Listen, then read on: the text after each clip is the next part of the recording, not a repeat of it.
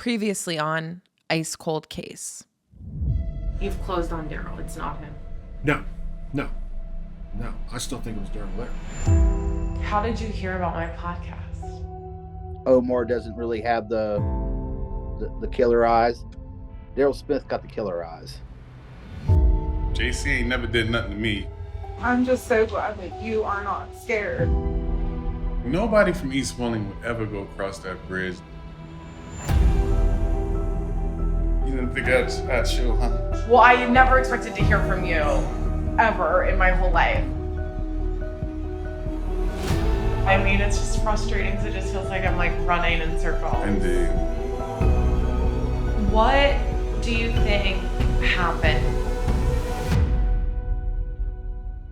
Yeah, my guess is as good as yours.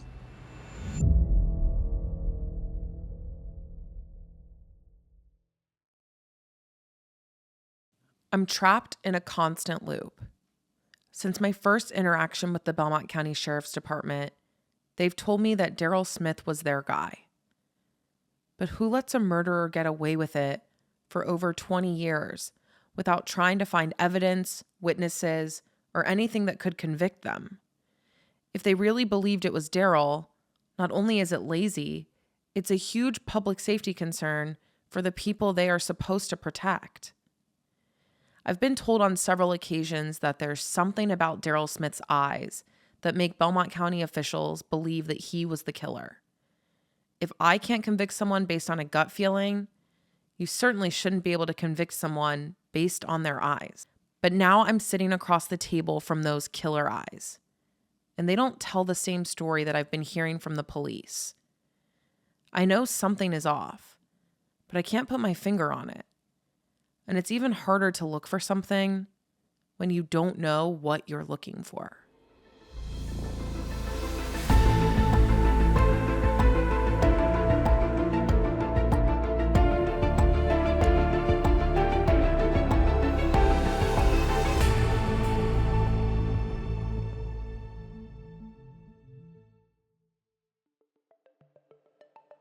I was pretty confident in my original theory.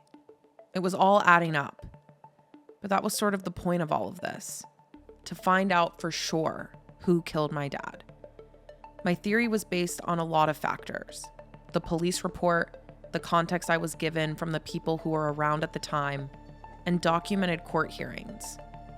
Talking to Daryl was supposed to give me clarity, not make me more confused.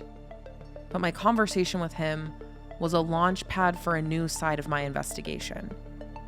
Instead of trying to prove that Daryl killed my dad, now I'm trying to convince myself that he didn't. Daryl swore he was not there when my dad was murdered. He told me that he was with his girlfriend, Jill Templin. He said that they were up on the hill. There's only one person who could corroborate that: Jill. I didn't need to look very far for her, because she had already found me. My husband and I were so very interested. I don't know how I saw it, but I'm like, oh my God, this is in it. It hits close to him, obviously, because I know all the names and I remember that happening. So he kept saying, Jill, reach out to her. So that's what I did. The reason why I reached out is because I know in my heart of hearts, as much as I say I can't stand him, I know he didn't do it. Jill hasn't spoken to Daryl since the early 2000s. They share a child but have no relationship, cordial or otherwise, at all. She owes Daryl nothing. She was never considered a suspect herself. She has nothing to prove and made it very clear that she was with Daryl that night and into the morning. According to her, it couldn't have been Daryl in Omar's house that day.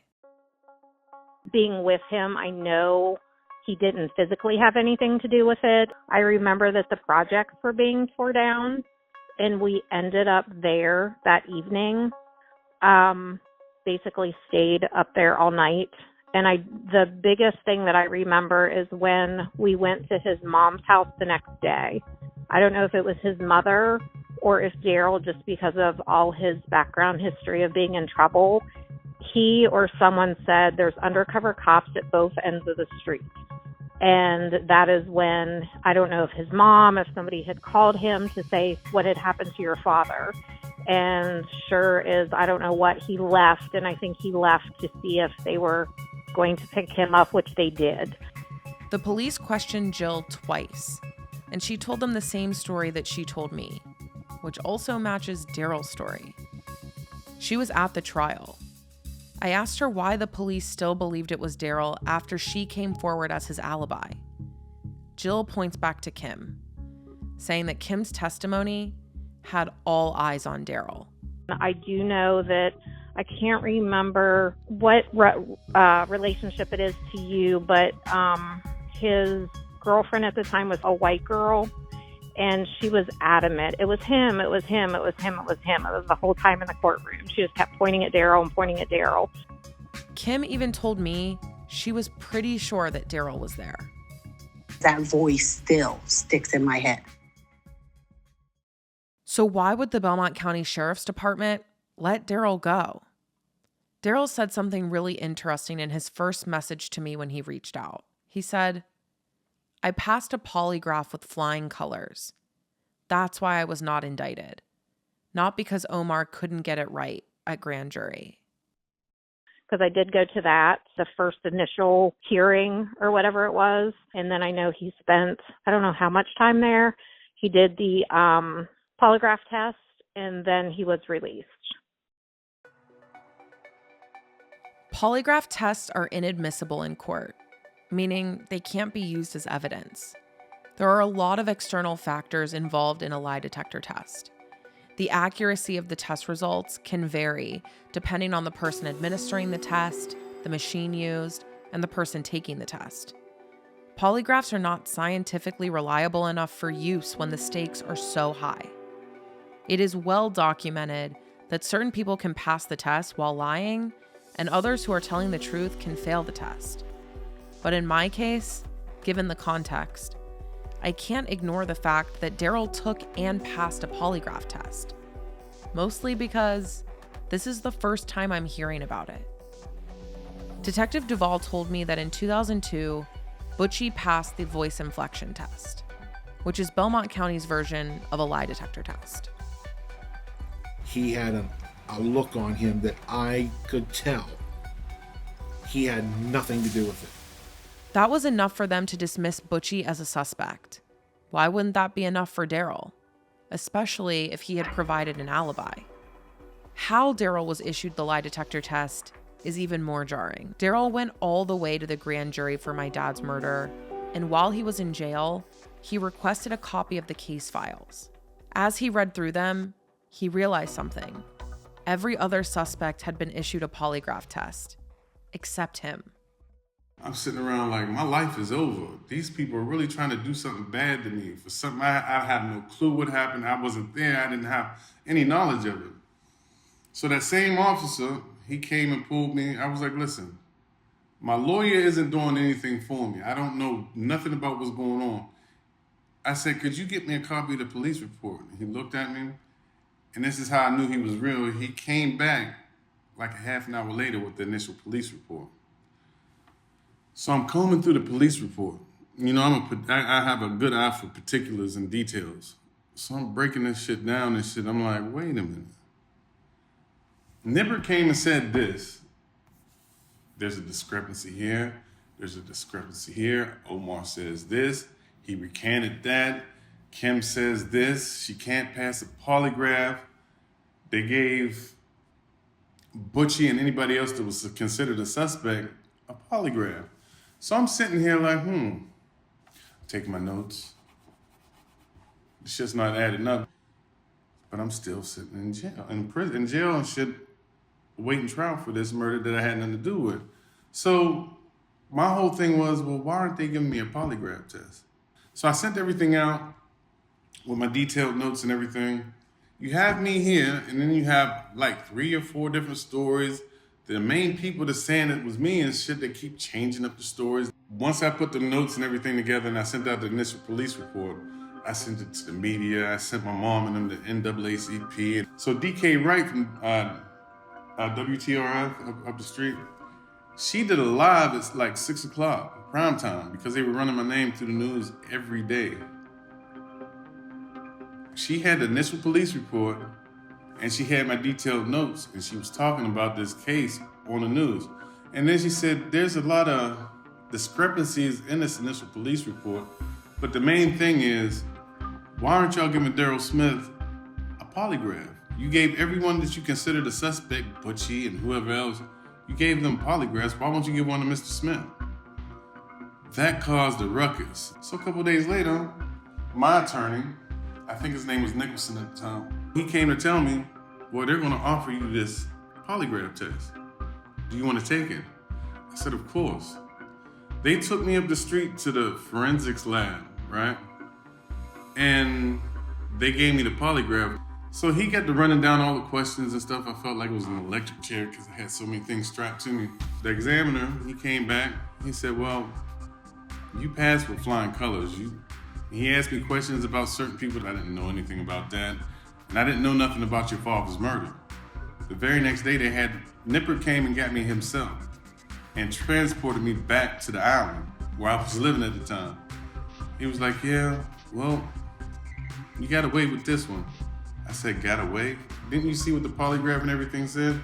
And granted, later on that night, he was like, well, we had to release Mr. Smith, but he's still the #1 suspect. And that's how it's been since. So if polygraphs are inadmissible in court, there could be other reasons why they dropped the charges on Daryl that include Omar's testimony.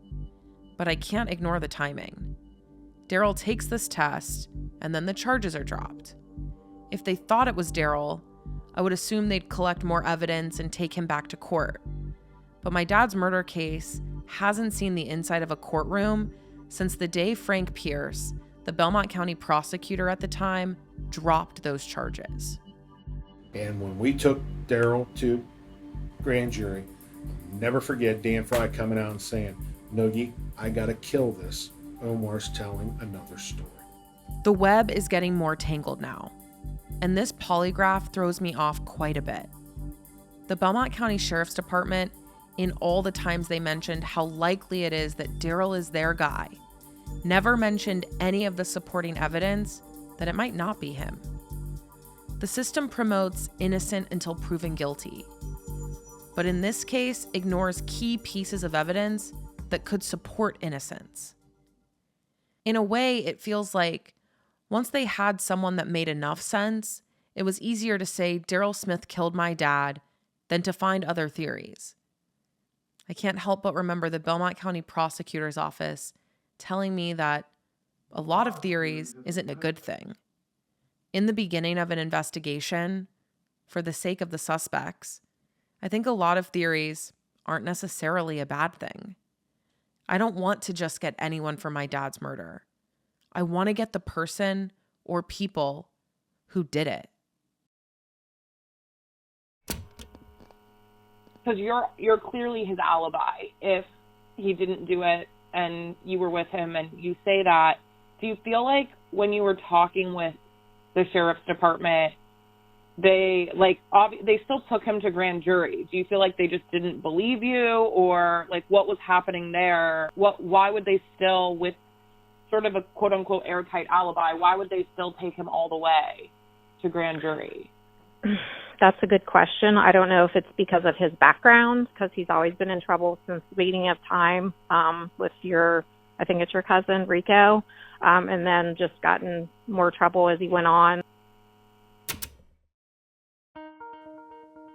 Daryl's reputation in the greater Wheeling area precedes him. Anytime I brought him up to anyone, they would tell me that he was aggressive, violent, and capable of murder. It's easy to believe it when everyone is saying it. But was his reputation based on his own actions, or was it fabricated by the local officials? Daryl has had a few run-ins with Belmont County in the past. Most recently, he was arrested in St. Clairsville and was given a 7-year sentence. But Daryl appealed that charge. Okay, everything started taking place in 2019. I've been released from federal prison and I'm moving around shaking and shit. Like, they have a thing to whereas if black people are up there in Red Roof Inn in St. Clairsville, they're calling the Belmont County sheriffs and shit to say, hey, check this out. And they call them for like anything that they think's a dope dealer. So they're coming. Everybody left and shit. Like, and I still got my room. I had my room for a couple of days. I said, well, I'm not ready to leave. So I go to pay for my room again. There's a sheriff up there, a sheriff's deputy. I turn around and he's sitting there and he was like, hey. So he turns on his body cam. When I get to the jail, the Sally Port, you're not familiar with it because you ain't never been to jail. It's big enough for them to fit a car in, right? The police cruiser or whatever. Now when we get out, fuck his body cam and shit. Now we're going with the video in the Sally Port. It's homed in right there when they let me out the car and everything. He gets me out the car, he looks around, searches, there's nothing. He takes me to jail. The camera is picking up everything, like there's nothing on the ground or anything. Now when he comes back to his cruiser and pulls off, there's a bag of dope over there. Like, how did that get there? It wasn't mine. Like, the camera's showing that I didn't throw or toss anything. It's directly on me, like how I'm looking at you right now. It's just like that, and it's showing the ground and everything. So I'm like, are you serious? I was going to trial for that. So once I get to the jail again, and I'm booked in, the same Sally Port, and remind you, this is 2022 now. He turns his body cam on, and now he's in the back of his car and shit, he just places dope on the thing and then cuts his body cam off again. I beat that case at trial because of all this fuckery that they had going on and shit. And then I was found guilty of the sheriff's department shit, first off, and I was given 7 years for it. But the appellate courts, I don't know if you read my appellate case, they called out the prosecutor, they called out the police, and they even called out the judge for it's like a collusion of corruption, you know? So Belmont County is showing a pattern. The appellate courts don't overturn things of that nature. So therefore, something's going on over there in the judicial system, period. From the investigators to the police to everything. So I was working on a pattern and practice suit. I want somebody to come and investigate Belmont County. I contacted the feds and everything. Because if they can do this to me, just imagine what's going on. When I went around and I started showing all these people the body cams and what they had done, and I can tie shit all the way back to 2002 from your father's murder, what's going on over here? In State v. Smith, the judge issued an opinion on September 28, 2023. The prosecuting attorney was Kevin Flanagan. Judge Cheryl L. Waite issued the following statement. We must note that the facts as described by the state are somewhat misleading and not entirely accurate. The trial court's decision appears to be based in part on those misleading facts. Although the state contends their encounter with appellant began when police coincidentally encountered appellant in the lobby of a hotel, and that appellant then invited Corporal Jason Schwark into his hotel room where drugs were lying in plain view. A recording from Corporal Schwark's body camera depicts a substantially different encounter. Corporal Jason Schwark works for the Belmont County Sheriff's Department, and the substantially different encounter, from my reading of it, looks like they set up Daryl Smith for far worse than the situation that actually happened. And the court agreed. Daryl won that appeal and was released. So that's only one case of Belmont County doctoring facts. But if Daryl didn't kill my dad, this wouldn't be the first time he was set up for murder. I don't know if you're familiar, but my first murder case, he came on the corner, they were shooting dice. Some locals or whatever laid him down at the dice game on 15th Street. Shots was fired, and he ended up dead. They gave it to me. I didn't have a gun at the time. When I heard gunshots, I was gone. They get me down there, and they're trying to get me to tell who's who, what's what, who did what. I can't tell you anything because I wasn't there. And even if I would have known this shit, I wouldn't have told you anything because that's not my place and shit. Like, it is what it is. So I went on trial for that. And it all came out. The guy that said that I shot him in the head, it didn't make sense because we had a forensics chemist come in and say, if you were shot at that gun range, you wouldn't have had no memory. So the police basically showed him a mugshot of me, and said, this is the one that shot you. Where they got the mugshot from, I didn't have any identification on file because I was still a juvenile. I just turned 18 about this time. So it goes back way to then. Like, I've been a target for the Belmont police. I've been a target for the Willing PD. They give me all kinds of charges, but they can never make them stick, and my street cred and stuff just elevated everything. They're like, oh, he's a fucking demon. But you can never, ever find anything on my record except for federal drug charges. So, yeah, it's just a big thing around here. The Belmont County Sheriff's Department was feeding me a lot to make me think that Daryl Smith was the guy. From killer eyes to the grand jury, from first glance, it's easy to buy into the Daryl theory. I did, for a long time. Why are they setting him up? I can't ignore my gut feeling. It's gotten me this far. Why would someone who killed my dad reach out to me directly, sit down face to face, and give me all of this information? A few minutes before we were scheduled to meet, Daryl said he was running 10 minutes late.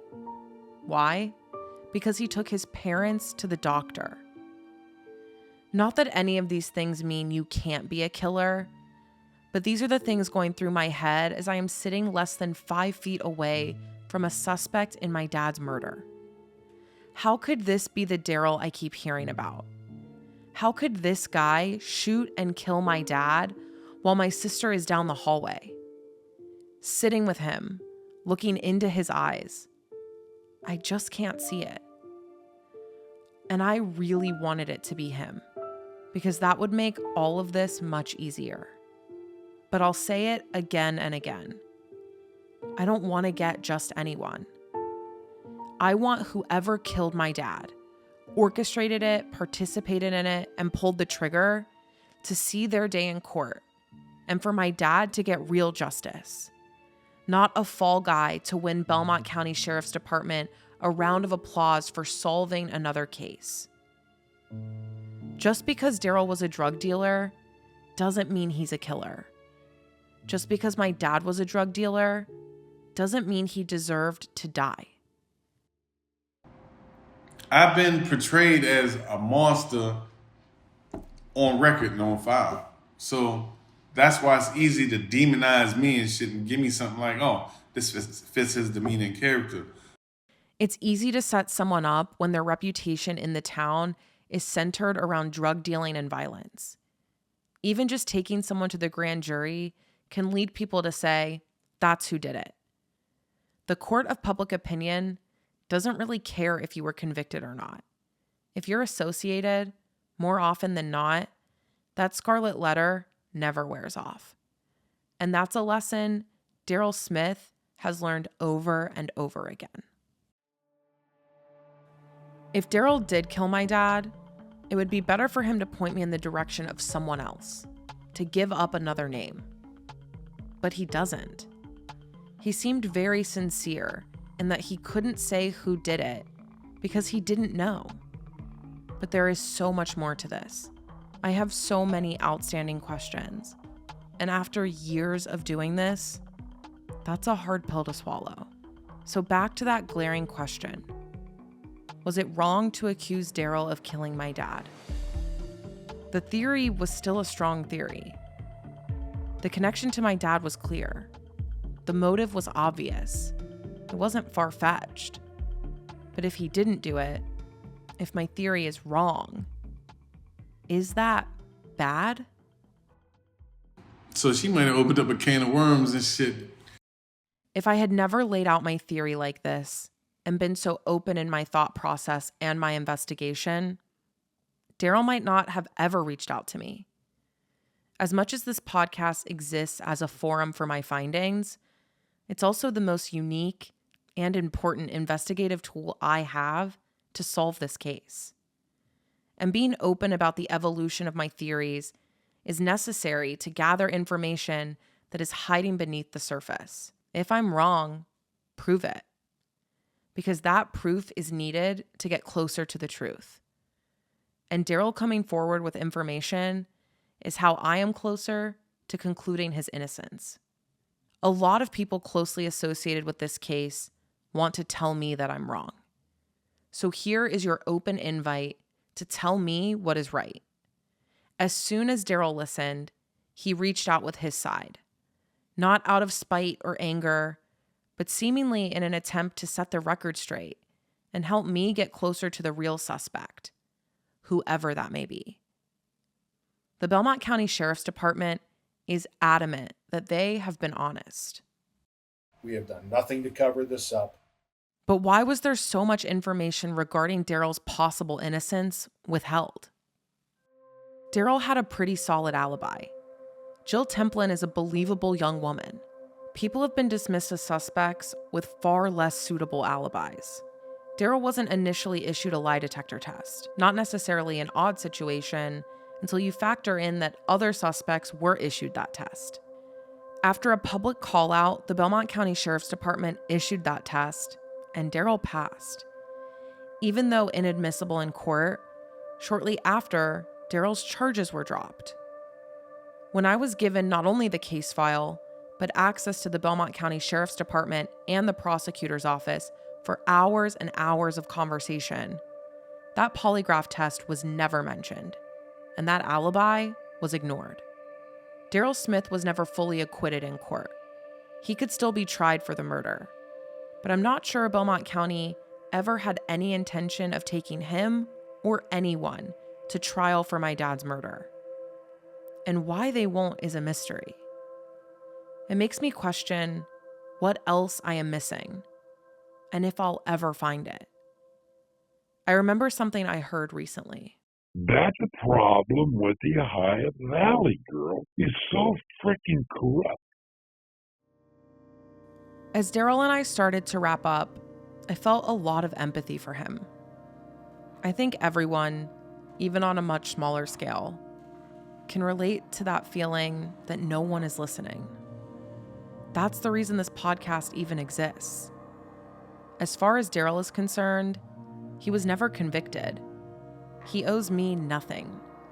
But he still reached out, met up, and talked with me for 2 hours. If it wasn't him, I have to find out who was really on my dad's doorstep that morning. Well, I really appreciate you sitting down with me. Indeed. Yeah, this had to happen.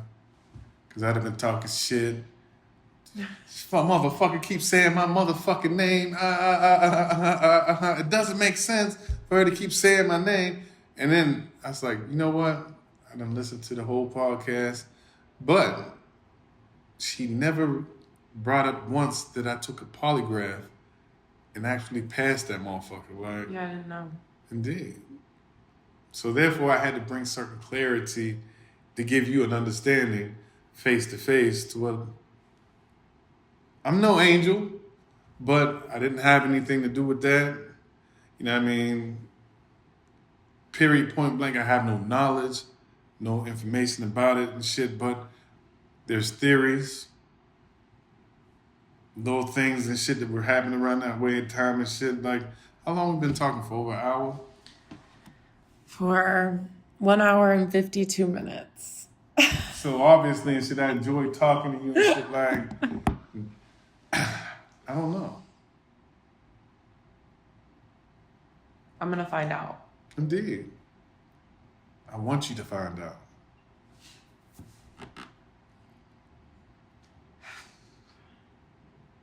Now you done took notes, detailed notes, and...